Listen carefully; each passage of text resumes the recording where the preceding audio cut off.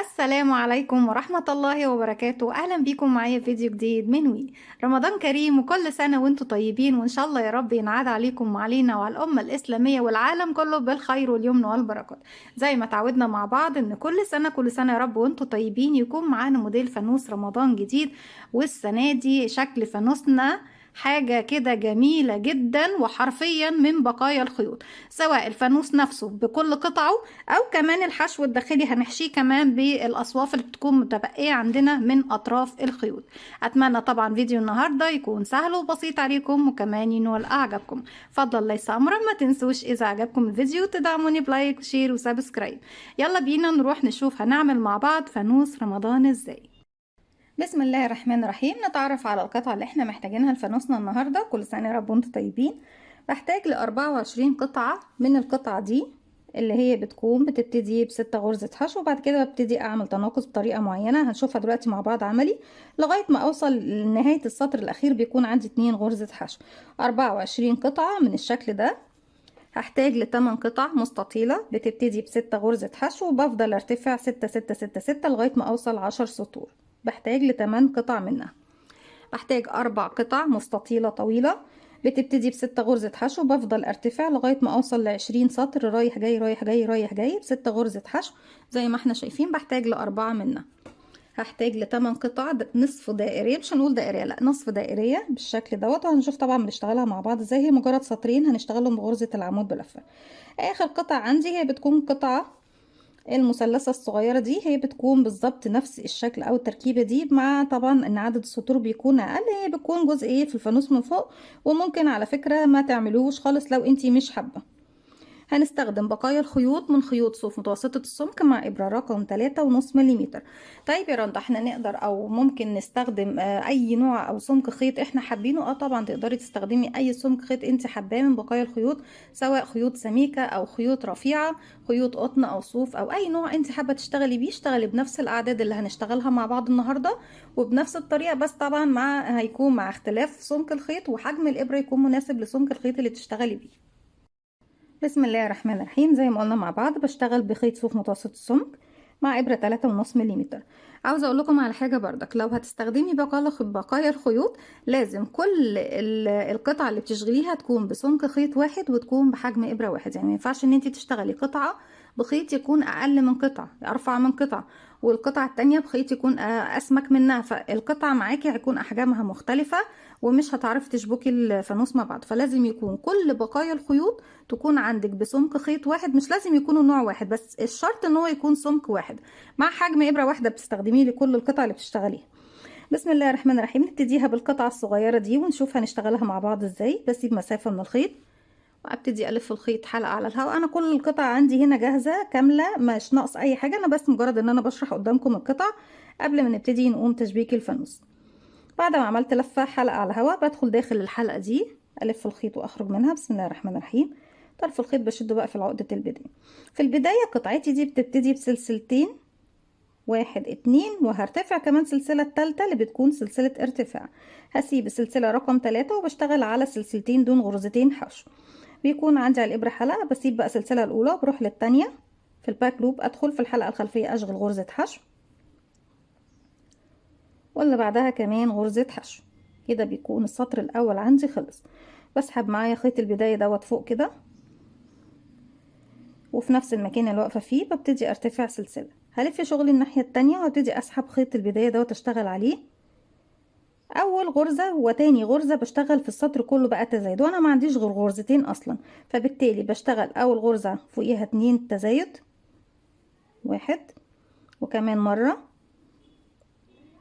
2. يبقى كده عملت التزايد في اول غرزه، وبأصبح عندي العدد بدل غرزه بقى 2. الغرزه الاخيره بردك رقم 2 تزايد، بشتغل فوقيها مرتين، 1 2. ارجع تاني ارتفع سلسلة والف شغلي الناحية التانية. هبتدي اشتغل السطر ده ثبات، يعني كل الغرز بشتغل زيها بالظبط.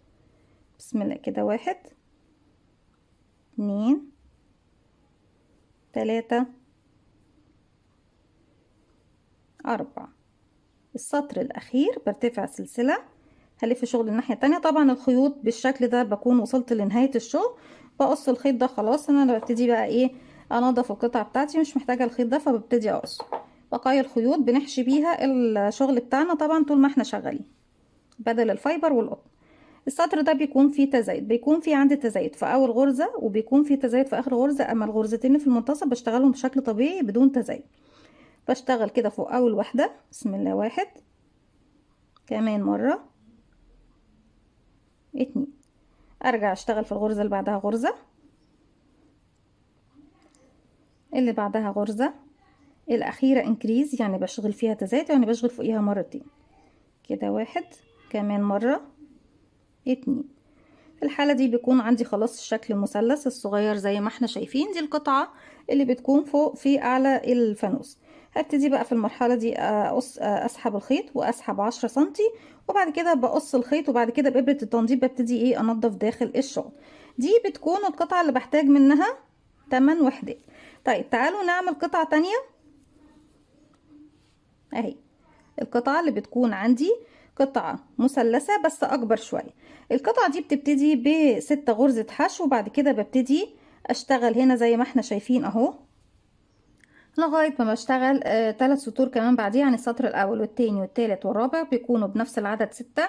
بعد كده ابتدي اعمل تناقص على اول غرزتين واخر غرزتين، وبعد كده اشتغل سطرين بنفس العدد، وارجع اعمل تناقص وارجع اشتغل اخر سطر بنفس العدد، او ان انا ابتدي من تحت لغاية ما بوصل ايه اللي انا اشتغل السطر الاخير بغرزة ايه 6 غرزة حشو. طيب تعالوا نشوف، بسم الله الرحمن الرحيم. تعالوا نبتديها من اول غرزتين غرزة حشو عندنا.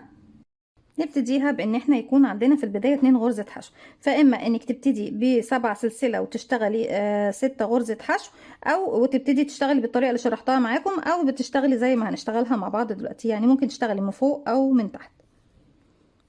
بقفل عقدة بداية، وكمان هشتغل 3 سلسلة، 1 2 3. اول سلسلة منهم طبعا بتكون ارتفاع، تاني سلسلة بشتغلها حشو، واللي بعدها حشو. هبتدي اسحب الخيط ده معايا لفوق سلسلة. السطر التاني بيكون عندي فيه تزايد على كل الغرز، بدخل انكريز غرزتين فوق اول غرزة، واحد، كمان مرة في نفس الفراغ، اتنين، الغرزة الاخيرة وجاية بكيرف مايل طبعا، في ناس كتير مش بتاخد بالها منها، بشتغل فوقيها، واحد، اتنين، انكريز بردك.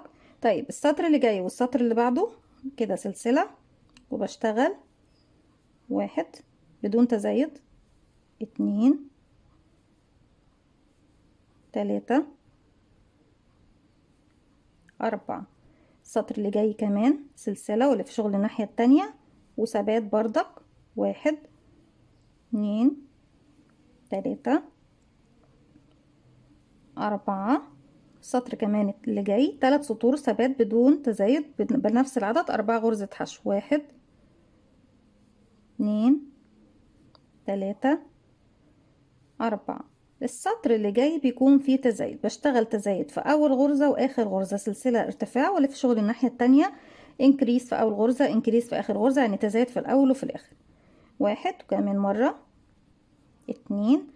الغرزتين اللي في المنتصف بتكون كل غرزة فيها غرزة واحدة بس كده، واحد، واحد، آخر غرزة تزايد، لازم أدخل تحت حرف الفي بالكامل، واحد، كمان مرة، اتنين. ابتدي ارتفع بقى سلسلة واشتغل 4 سطور بنفس العدد، 6 غرزة حشو، واحد،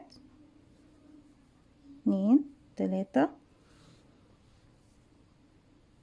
أربعة، خمسة،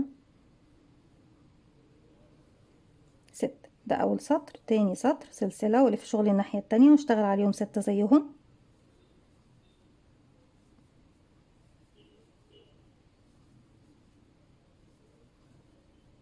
خمسة، ستة. تالت سطر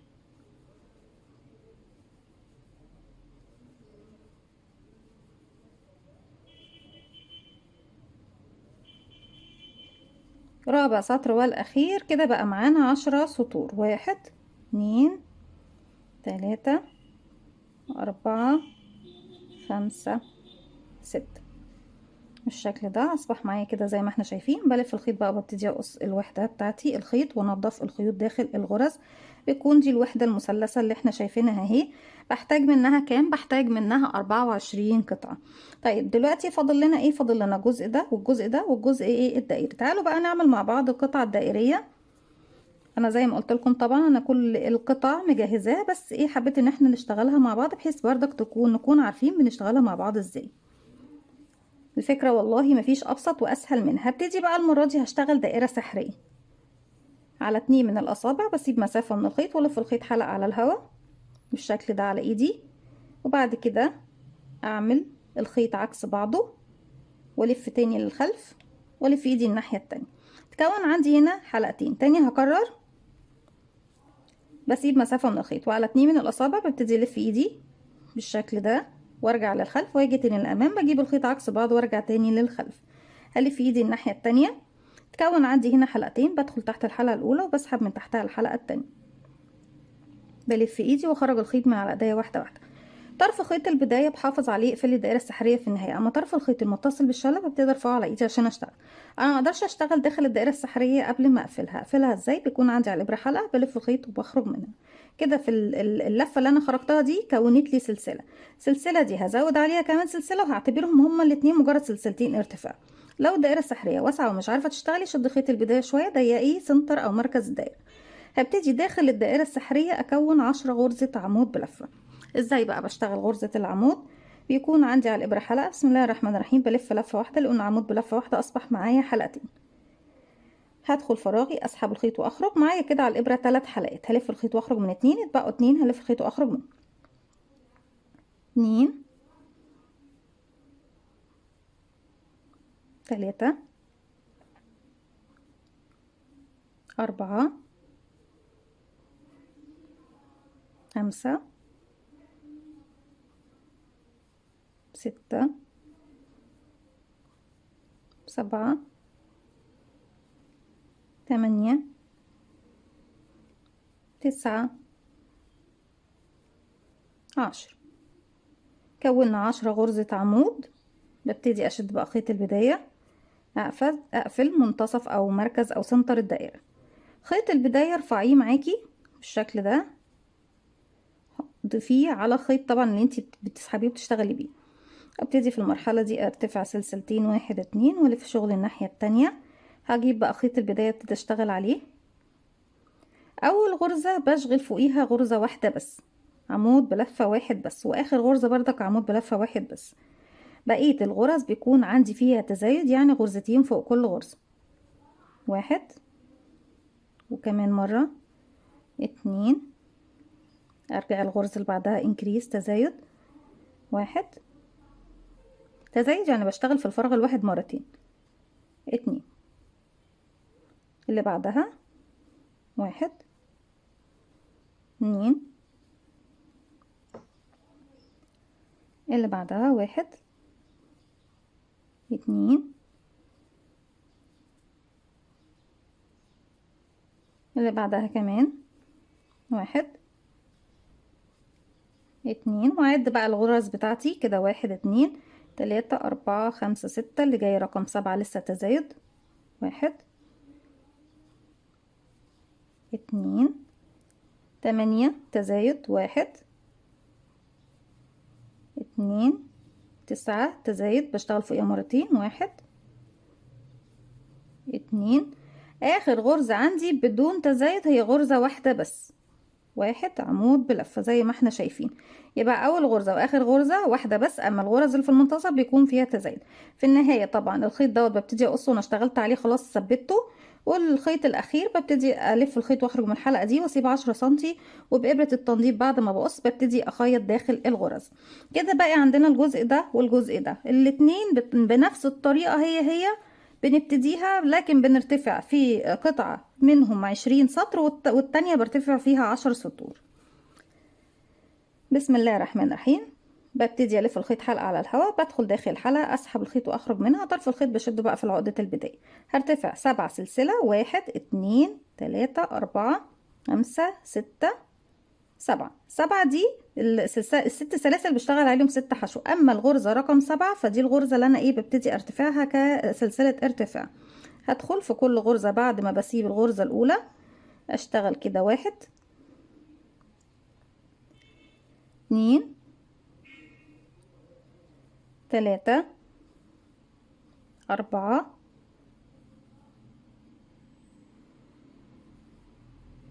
5 6. خلصنا السطر دوت. بس بسحب بقى خيط البداية معايا وارتفع سلسلة وببتدي اشتغل على كل غرزة غرزة واحدة بس. القطع دي سواء ال20 سطر او ال10 سطور ما فيهاش ولا تزايد ولا تناقص. كده 1 2 3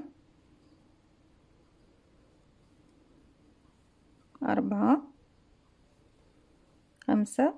اخر غرزة بتكون جايب كيرف مايل ما ننساهاش. رقم 6 عشان طبعا العدد معانا لازم يكون مظبوط. سلسلة والف شغل الناحية التانية وفي كل غرزة بشتغل غرزة زيها. 1 2 3 4 5 6 وهكذا سلسلة والف شغل الناحية التانية واشتغل 6 حشو. سلسلة سلسلة سلسلة. ارتفاع دايما هيكون سلسلة رايح جاي رايح جاي 6 غرزة حشو عفوا لغاية ما اوصل في القطعة الاولى دي يكون معايا 10 سطور اهو. 1 2 3 4 5 6 7 8 9 10. وهنا عندي 1 2 3 4 5 6 7 8 9 10 11 12 13 14 15 16 17 18 19 20. يكون معانا 20 سطر بنفس العدد 6 غرزة حشو. بنفس الطريقة دي كده بنكون خلاص عرفنا كل قطعة معانا بنشغلها ازاي. يلا بقى نشوف هنجمع الفانوس بتاعنا النهاردة ازاي. رجعت لكم تاني وبالشكل ده جبت خيط وإبرة زي ما احنا شايفين. بيكون خيط طبعا رفيع مع إبرة تطريز عادية أو إبرة خياطة عادية جدا. وزي ما احنا شايفين ده بيكون سمك الخيط مفيش مش باين خالص. أي لون طبعا بتستخدميه بس بنحاول طبعا ان هو يكون لون ما يبانش معانا في التشبيك. هبتدي أجيب أنا عندي كده 1 2 3 4 5 6 7 8. دول 8. وهبتدي اخد بردك من كل لون كده 1 2 3 4 5 6 7 8. ودول كده 8 بردك 1 2 3 4 5 6 7. كده دول 8. هبتدي اشبك كل 8 مع بعضيهم لغاية طبعا ما بكون ال3 اجزاء اللي معانا للفانوس. هنبتدي نكون مع بعض. بسم الله الرحمن الرحيم.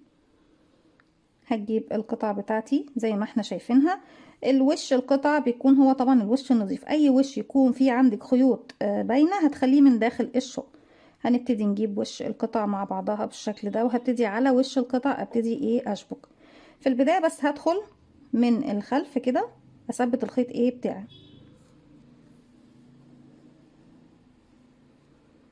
وارجع اخد الجزئية دي. بس محتاجة ان انا اثبت الاجزاء في البداية الاطراف كويس. ناخد بالنا بسم الله الرحمن الرحيم ونشتغل ازاي. هدخل اسحب من هنا واجي اسحب من هنا واروح لهنا وامشي لهنا كده كده تاني كده كده كده لغاية ما وصلت للنهاية. بسحب بقى الخيط بتاعي بالشكل ده. هبص الاقي ان انا ثبت القطع زي ما احنا شايفين بالشكل ده. وفي النهاية خالص بعد ما ثبت القطع ابتدي اقفل الجزء ده كويس بالشكل ده. كده خلاص بكون ثبت قطع. لو انت حاسه ان هي مش متثبته قوي ارجعي تاني اهو. القطع الحتت اللي انت حاساها مش مشبوكه كويس. انا بس عشان بشبك معاكم بطريقه سريعه. لكن لما بنيجي نخيط بنخيط كويس جدا. اهي الوحده بصوا ما بيكونش فيها فرق ما بين الجزء ده والجزء ده. هيبقى انا محتاجه ان انا اكمل اوصل لجزء تاني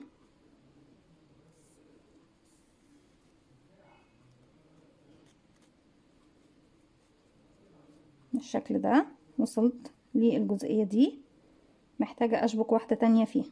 هبتدي اجيب بردك من وش القطعة اي جزء فيه عقد او ربطات خليها من الداخل، واخد حرف القطعة اللي بعدها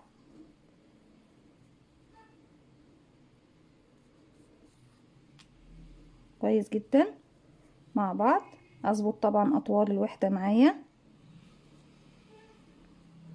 وتاني برجع امشي كده وارجع امشي كده، ارجع كده تاني كده وارجع هنا تاني، وتاني رايحة من هنا لهنا لهنا لهنا.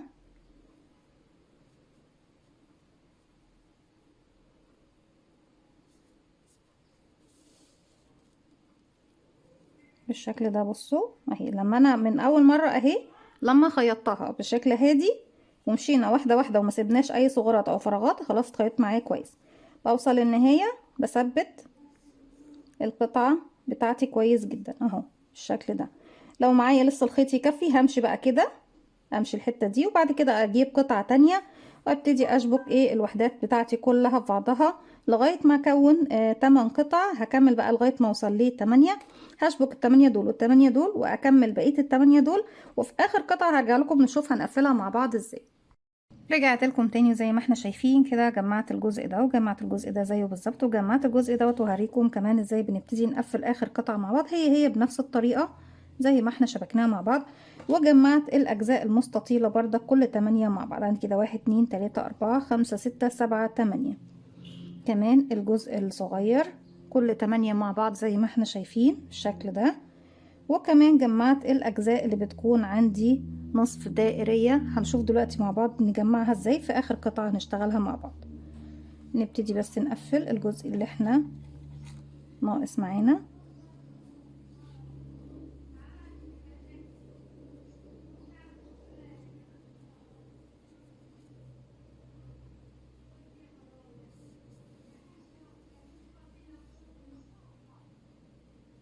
ببتدي زي ما احنا عارفين طبعا بنثبت اول جزء معانا،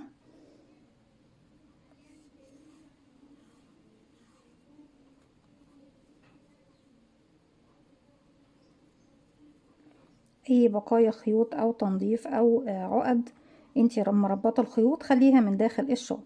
وزي ما احنا اشتغلنا طبعا من هنا مرة وبدخل هنا مرة وهنا وارجع هنا.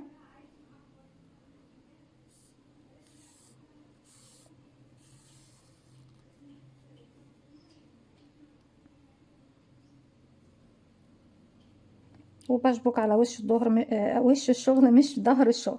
ليه يا رندا بتشبكي على وش الشغل؟ عشان انا لو شبكت على ظهر الشغل انا محتاجة ان يكون في بروز خارج للخارج كده زي ما احنا شايفين. لو شبكت على ظهر الشغل هتبصوا تلاقوا ان الجزء ده متطبق لجوه ومش هيديني النتيجة دي طبعا زي ما احنا عاوزين. وبقفل بقى اخر جزئين مع بعض كويس.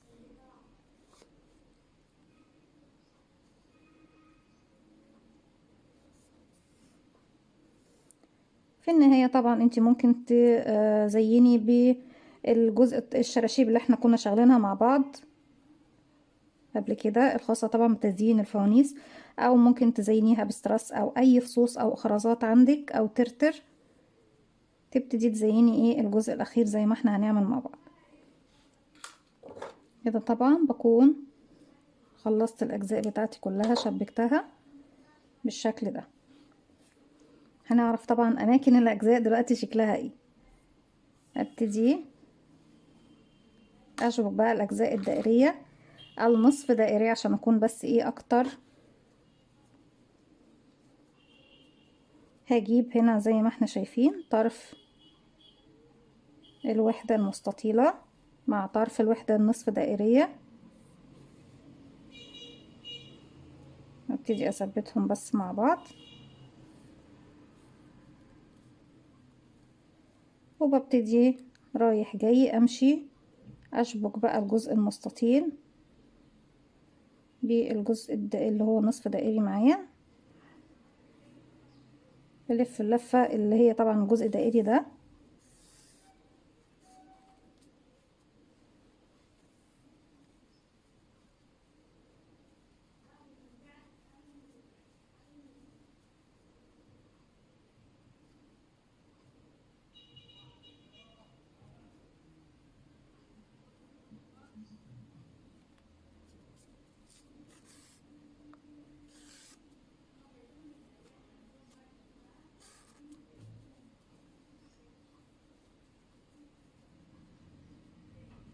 واظبط معايا نفسي كده واحدة واحدة. انا عايزة طبعا الشغل كله يجي قد بعضه.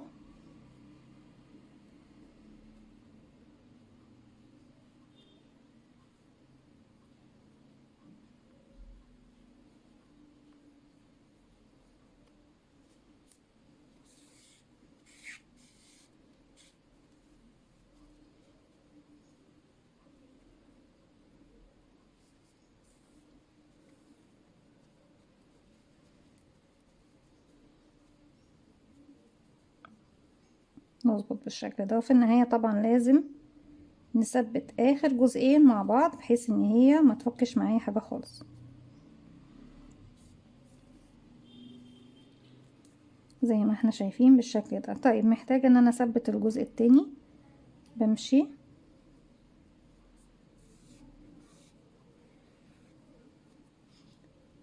واجيب الجزء التاني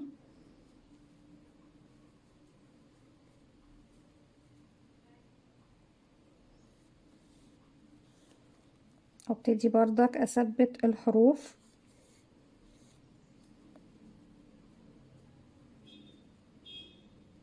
وابتدي اشبك الجزء الدائري مع الجزء المستطيل زي بالظبط ايه ما عملت الجزء اللي تحت.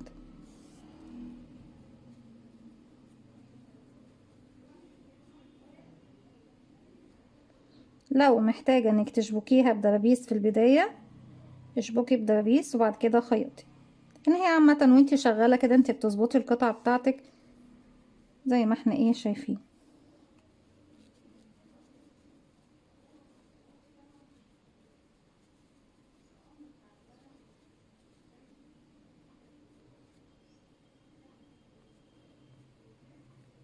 كده مش هيكون باقي معانا غير العليقة والجزء العلوي من الفانوس وقاعدة الفانوس، وهي مش اكتر من دائرة بطريقة التزايد بقاعدة التزايد في الدائرة، وهنشوفها مع بعض دلوقتي.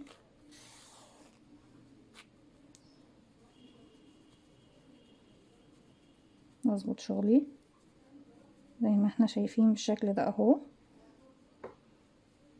وزي ما اتفقنا مع بعض ان دايما في الاخر خالص بثبت اخر طرفين مع بعض.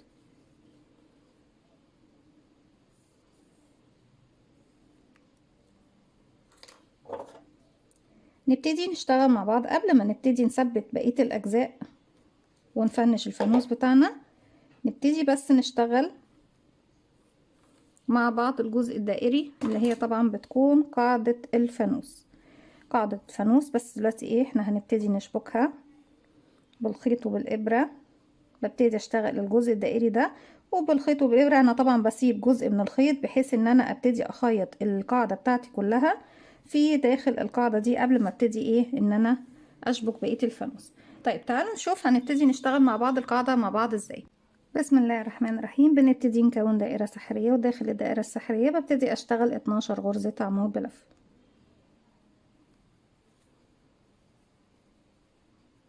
1 2 سلسلة مجرد سلاسل ارتفاع، وبشتغل 12 عمود داخل الدائرة.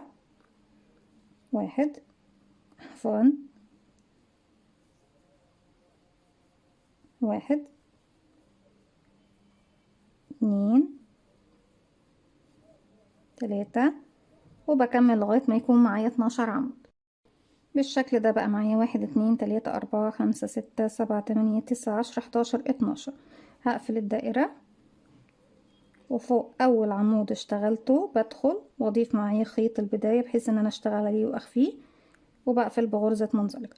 بقاعدة التزايد في الدائرة ان دايما السطر التاني بيكون عندي فيه تزايد في كل الغرز، يعني برتفع سلسلتين سلاسل ارتفاع بس، واشتغل انكريز على كل الغرز، يعني بشتغل فوق كل غرزة مرتين.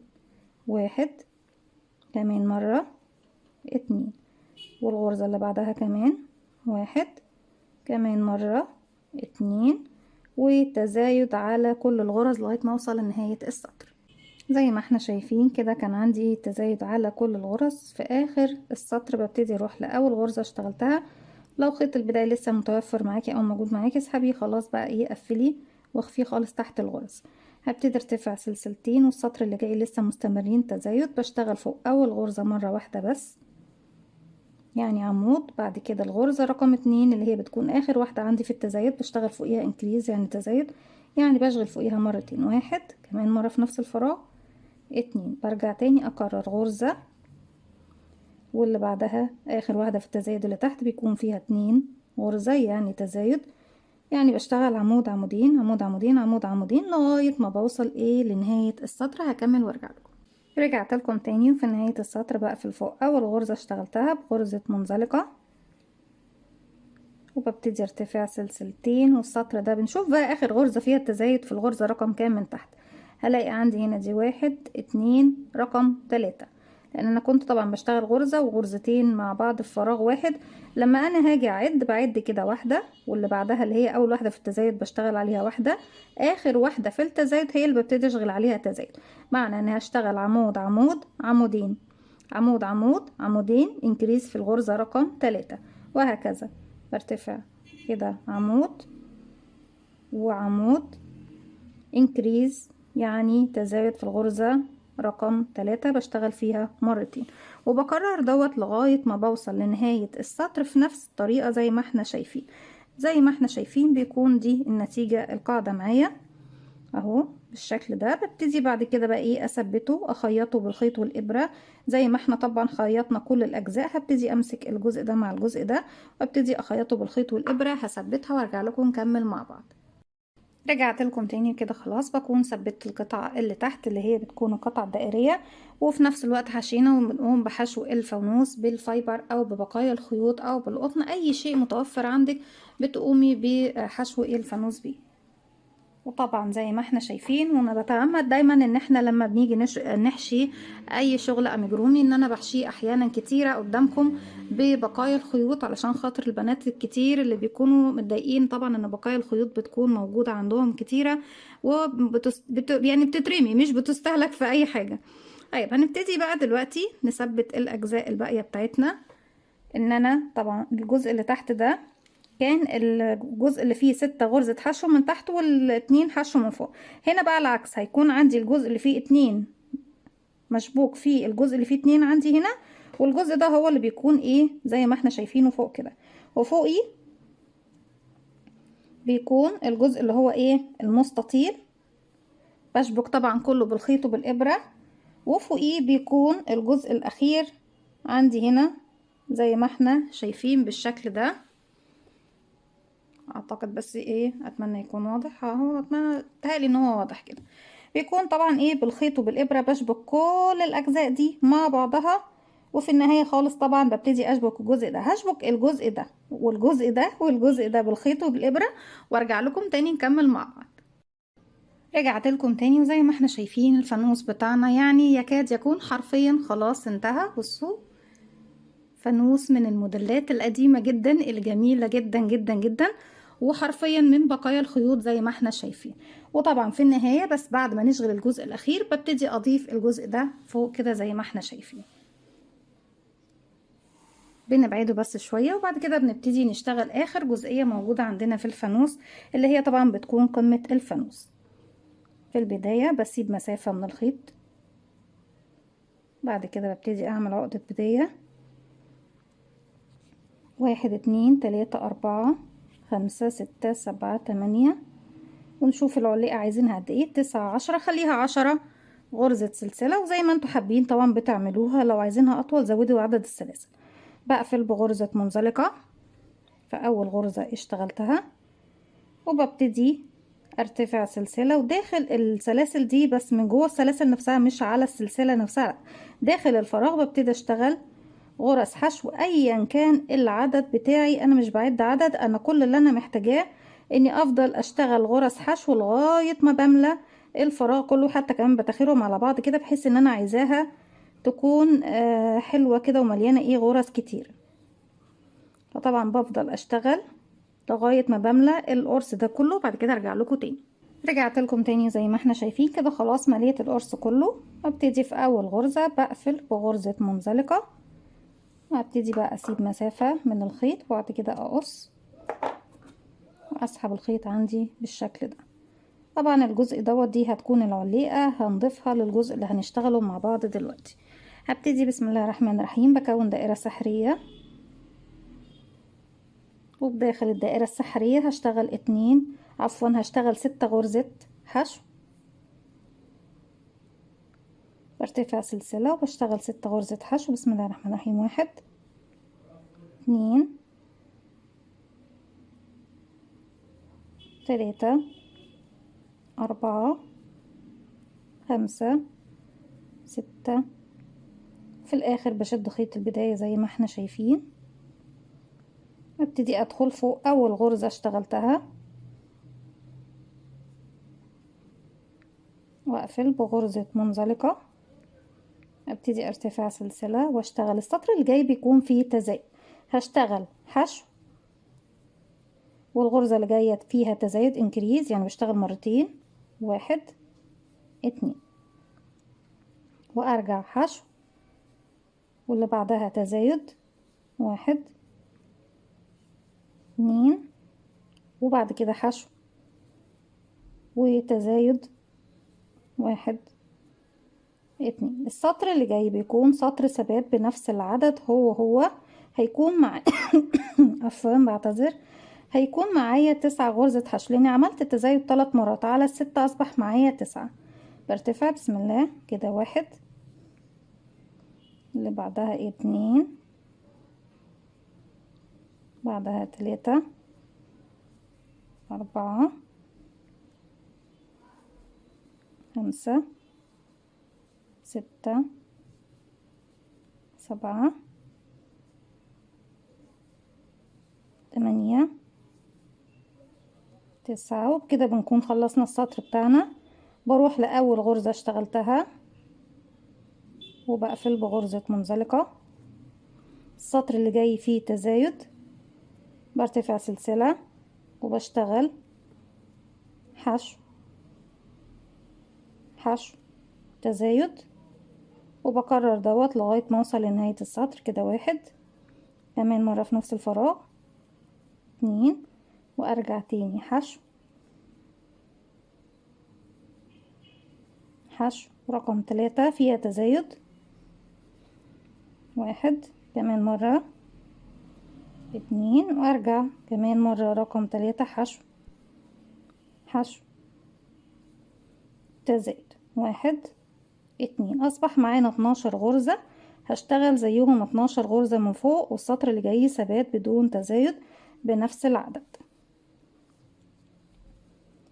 سلسلة وبشتغل على كل غرزة غرزة زيها لغاية ما بوصل لنهاية السطر. في نهاية السطر بقفل بمنزلقة في اول غرزة اشتغلتها. السطر اللي فات كنت بشتغل حشو حشو وبعد كده بشتغل تزايد اللي هو عفوا اللي قبل اللي فات، لان اللي فات كان عندنا ثبات، لكن اخر سطر كان فيه تزايد كان حشو حشو تزايد. المرة دي هبتدي ارتفع سلسلة واشتغل 3 حشو بعد كده في رقم 4 تزايد 1 1 1 يعني حشو حشو حشو انكريز تزايد يعني بشتغل مرتين 1 2 وبكرر ده لغاية ما اوصل لنهاية السطر. وبعد كده في السطر اللي جاي ببتدي اشتغل ثبات بيكون العدد معايا 15 غرزة حشو.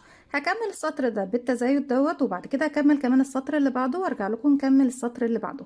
رجعت لكم تاني السطر اللي جاي برتفع سلسلة وبشتغل 1 2 3 4 ورقم 5 بشغل فيها تزايد 1 2 وبكرر دوت لغاية ما بوصل لنهاية السطر. وبعد كده السطر الجديد بيكون ثبات بنفس العدد، هيكون معانا 18 غرزة حشو. هكمل وارجع لكم.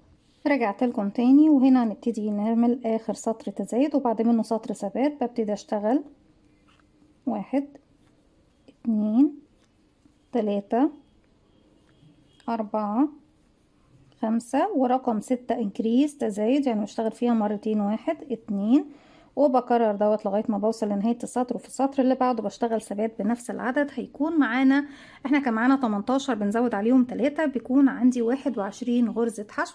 هكمل وارجع لكم وبعد كده نبتدي نثبت الجزء ده في الجزء ده ونخيطه في الفانوس ونبتدي نفنش الفانوس بتاعنا مع بعض. في نهاية السطر زي ما احنا شايفين قفلت بمنزلقة وبعد كده هبتدي اسحب الخيط بالشكل ده، اسيب مسافة من الخيط نسحب الخيط بتاعنا كده. هنجيب بقى العليقة هدخل من داخل الدائرة، اسحب اطراف الخيوط عندي،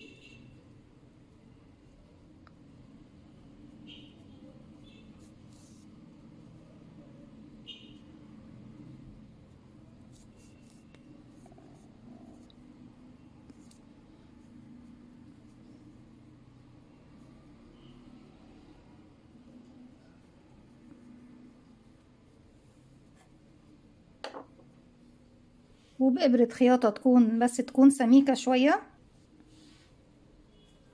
ابتدي بس ايه اعدل الشغل كده،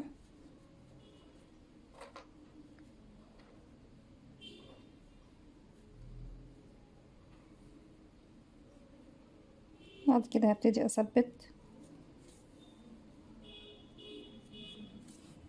الحلقة بتاعتي كويس جدا، لان هي دي طبعا اللي بيعتمد عليها الفانوس. هو عامة فانوس مش بيتمسك يعني بعليقة، لا هو فانوس بيتحط على الترابيزة، لكن عشان يكون شغلنا تمام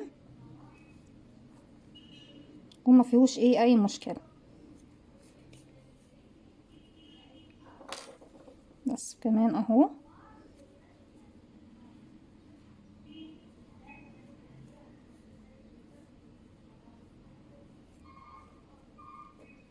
تمام.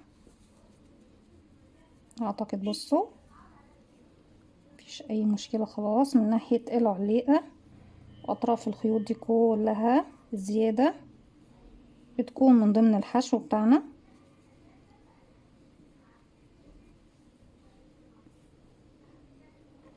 بلضم الخيط وببتدي اثبت الجزء دوت في رأس الفانوس في المكان ده. انا ببتدي اخيط بقى المكان ده في المكان ده، هخيطها بقى ايه يا بنات. بصوا عشان برضك انا رغم ان الفانوس حجمه كبير بس عايزاكم تشوفوا احنا بنخيط ازاي. انا باجي هنا من فوق الغرزة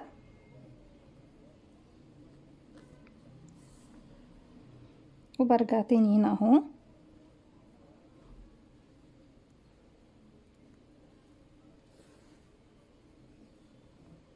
وهكذا بتاني بقى شغالة الف الدوران بتاعي كله لغاية ما اشبك الجزئية كلها. هكمل وارجع لكم. وكمان هكمل بعد ما اشبك الجزء ده هبتدي اضيف الجزء ده هنا، هدخله كده وهبتدي اشبكه بردك في الجزئية دي فوق المكان بتاعنا دوت. يعني هخيط الجزء اللي فوق وهخيط كمان الجزء ده، وبعد كده ارجع لكم نركب الاستراس مع بعض. رجعت لكم تاني بكده، بكون ثبتت كل اجزاء الفانوس. الاجزاء الدائريه دي يا بنات انا لزقتها ما خيطتهاش، لكن طبعا احنا في امكاننا ان احنا ايه نخيطها. حتى الجزء اللي فوق ده كمان انا لزقته بمسدس الشمع، لكن كمان بالخيط وبالابره ممكن نخيط الجزء ده كمان زي ما احنا حابين. بالشكل ده بيكون الفانوس بتاعنا خلاص تمام. كل اللي ناقص معانا بس ان احنا بالاستراس ممكن تستخدمي الفضي، ممكن تستخدمي الذهبي. السنه اللي فاتت كل سنه وانتم طيبين استخدمنا الفضي، تعالوا نستخدم الذهبي. الذهبي حتى كمان بيكون ليه شكل بيدي ضجه اكتر. نبتدي بجيب عندي زي ما احنا شايفين، ببتدي اقص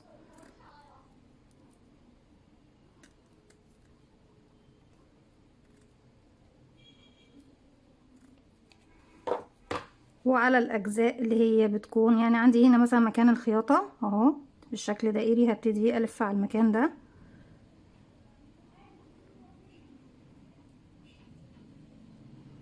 كده، وهبتدي اجيب بالطول بردك الزقها بالشكل ده اهو.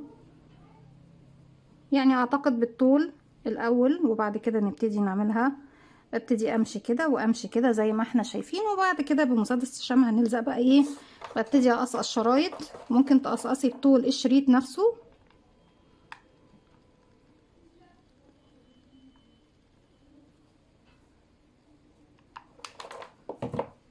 بالشكل ده. ناخد بالنا طبعا من مسدس الشمع عشان ما نتلسعش، عشان لسعته بشعة.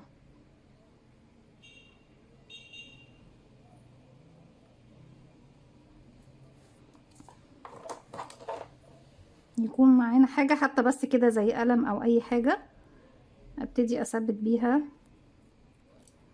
الاجزاء بتاعتي. وبقص تاني وبشبك كل الاجزاء. مش هطول عليكم، طبعا هنشوف الفانوس بتاعنا في الصورة وفي مقدمة الفيديو. اتمنى طبعا ان فكرة النهاردة تكون سهلة وبسيطة عليكم. هكمل بقى كل تزيين الفانوس زي ما احنا شايفين بالاسترس. لو مش حابين باي فصوص موجودة عندك، لو مش حابة بتكون طبعا الشراشيب اللي بتتباع جاهزة او الشراشيب اللي عملناها مع بعض. عملنا اكتر من فيديو بردك لشراشيب زينة فانوس رمضان. دي كانت فكرة الفيديو بتاعنا النهاردة. يا رب كل سنة وانتم طيبين ورمضان كريم ان شاء الله. يا رب ينعاد عليكم وعلينا وعلى الامة الاسلامية بالخير واليمن والبركات. واتمنى يا رب ان فانوسنا النهاردة ينول او يحوز اعجابكم. فضل ليس امرا، ما تنسوش اذا عجبكم الفيديو تدعموني بلايك وشير وسبسكرايب، واستنوني فيديو جديد من وما تنسوش كمان تفعلوا زرار الجرس يوصلكم مني كل جديد. السلام عليكم ورحمة الله وبركاته.